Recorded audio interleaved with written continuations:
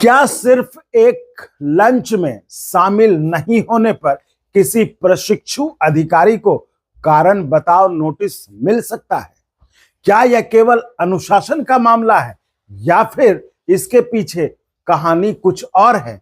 और सबसे बड़ा सवाल कि क्या बिना पूरी बात जाने सोशल मीडिया पर किसी निष्कर्ष पर पहुंचना सही होगा? तो इन सब पर हम विस्तार से आपको इस वीडियो में बताएंगे आखिर क्या है मामला। कौन से बॉस की पार्टी में 8 प्रशिक्षु पदाधिकारी नहीं पहुंचे और उनको बदले में मिल गया नोटिस। तो इस पर हम विस्तार से बताएंगे। आप इस वीडियो में हमारे साथ अंत तक साथ बने रहिए ताकि पूरा मामला आपको विस्तार से साफ साफ समझ में आ जाए। और साथियों, अगर अभी तक आपने चैनल को सब्सक्राइब नहीं किया है तो सब्सक्राइब जरूर कर लीजिएगा। सब्सक्राइब करना बिल्कुल फ्री है। सब्सक्राइब करने में आपके पॉकेट से एक पैसा नहीं लगता। तो सब्सक्राइब करिएगा भी और करवाइएगा भी, जिससे हमारा जोश और मनोबल उत्साह बना रहे, ताकि इसी तरह हम आपके लिए और खबरें खोजकर आपके मुद्दे की बात को आगे बढ़ाते रहें। तो आइए सुनते हैं आखिर ये पूरा मामला क्या है। नमस्कार, मैं चंदन कुमार और आप देख रहे हैं देश भर के कर्मचारियों की भरोसेमंद आवाज अंगवानी। साथियों, और खास तौर से हमारे सीएपीएफ के भाइयों को राम राम, नमस्कार, जय हिंद है। साथियों, इस वीडियो में हम बात करेंगे, जैसा कि हमने बताया, कि एक बॉस की पार्टी में लंच में नहीं पहुंचने पर जो है सो कॉज नोटिस। तो आज हम बात करेंगे सीएपीएफ से जुड़ी उस खबर की जिसने पूरे सीएपीएफ समुदाय में चर्चा छेड़ दी है। साथियों, मीडिया रिपोर्ट्स के अनुसार सीआरपीएफ अकादमी में प्रशिक्षण ले रहे 8 प्रशिक्षु सहायक कमांडेंटों, जिनमें एक महिला अधिकारी भी शामिल है, को कारण बताओ नोटिस जारी किया गया है। रिपोर्ट के अनुसार आरोप यह है कि ये अधिकारी एक वरिष्ठ अधिकारी द्वारा आयोजित वर्किंग लंच में शामिल नहीं हुए और यही घटना अब चर्चा का विषय बनी हुई है।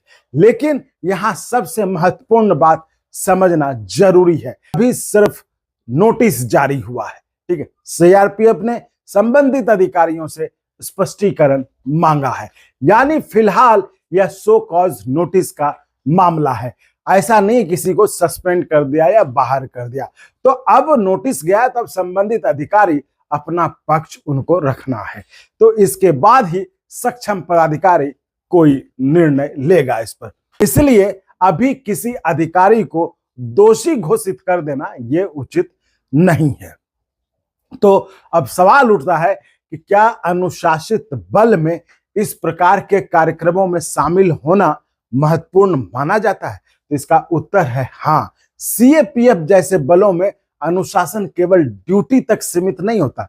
ट्रेनिंग, ऑफिशियल इंटरैक्शन, ब्रीफिंग और कई औपचारिक कार्यक्रम भी प्रशिक्षण का हिस्सा माने जाते हैं। लेकिन हर मामले में अपने तथ्य भी होते हैं। यदि किसी अधिकारी के पास अनुपस्थित रहने का उचित कारण था तो उसे अपना पक्ष रखने का पूरा अवसर मिलना चाहिए, और यही प्रकृति के न्याय का सिद्धांत भी कहता है। साथियों, अंगवानी हमेशा से एक बात कहता है, अनुशासन भी जरूरी है और न्याय भी उतना ही जरूरी है।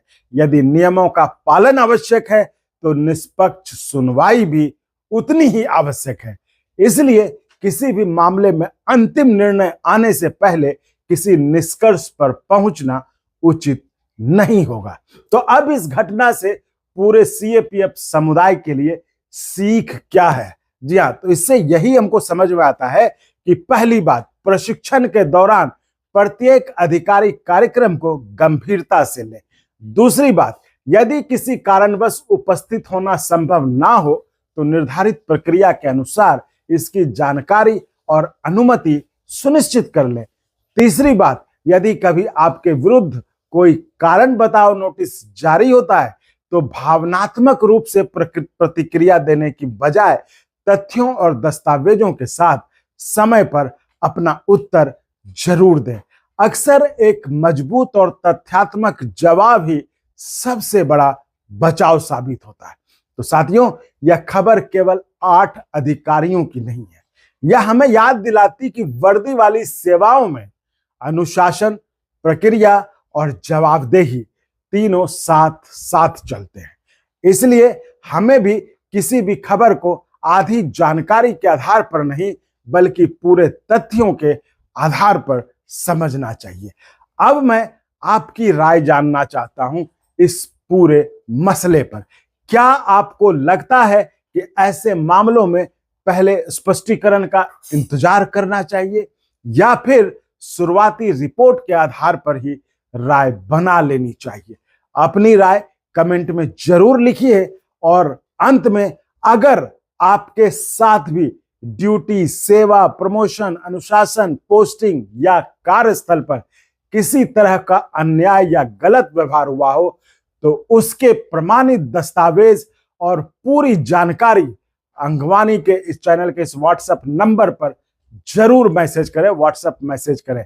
आपकी पहचान पूरी तरह से सुरक्षित रखी जाएगी और यदि मामला कर्मचारियों और जनहित से जुड़ा होगा तो हम तथ्यों के आधार पर उसे देश के सामने लाने की पूरी कोशिश करेंगे। तो साथियों, इन्हीं शब्दों के साथ, इसी खबर के साथ इस वीडियो से विदा लेता हूं। मिलूंगा आपसे अगले वीडियो में आपसे ही जुड़ी किसी और बड़ी खबर के साथ। तो तब तक के लिए धन्यवाद। जय हिंद।